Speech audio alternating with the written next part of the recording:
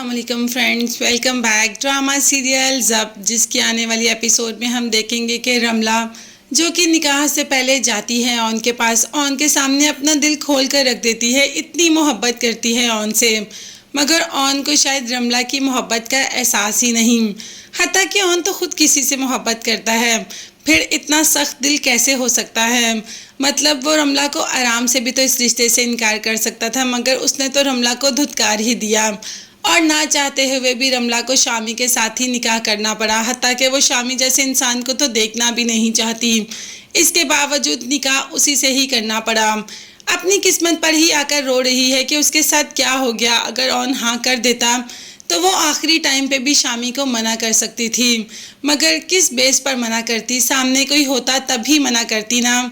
बीजान को जैसे ही पता चलता है कि रमला के बाप ने एक फैक्ट्री निकाह में रमला के नाम लिखवा ली है, तो बीजान कह देती है कि है तो आरफा का ही भाई ना, सौदा तो घाटे का बिल्कुल भी नहीं करेगा।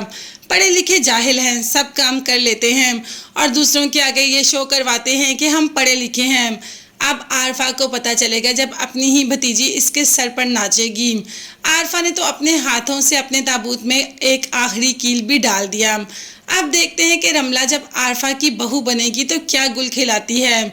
आरफा जिसको कि बहुत नाज है खुद पर, खुद की तरबियत पर, खुद के घर पर, ये तो सारा रमला सीधा करेगी। जैसे ही शामी को अपनी उंगलियों पर नचाती है तो आगे ऐसा कुछ भी नहीं होगा, क्योंकि रमला तो शामी को भी अपने कब्जे में कर लेगी। तो बस माँ के हाथ में तो कुछ नहीं रहेगा। तब माँ को आयला की याद आएगी कि आयला कितनी अच्छी थी, मगर अब कोई फ़ायदा नहीं।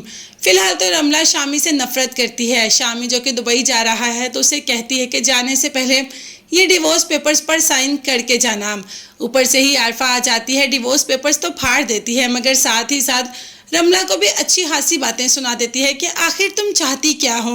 घर बैठे बिठाए इतना अच्छा रिश्ता मिल गया तुम्हारे बाप को, इतना अच्छा लड़का मिल गया, इतना अच्छा घर मिल गया, फैक्ट्री तुम्हारे नाम कर दी, और तुम्हें क्या चाहिए।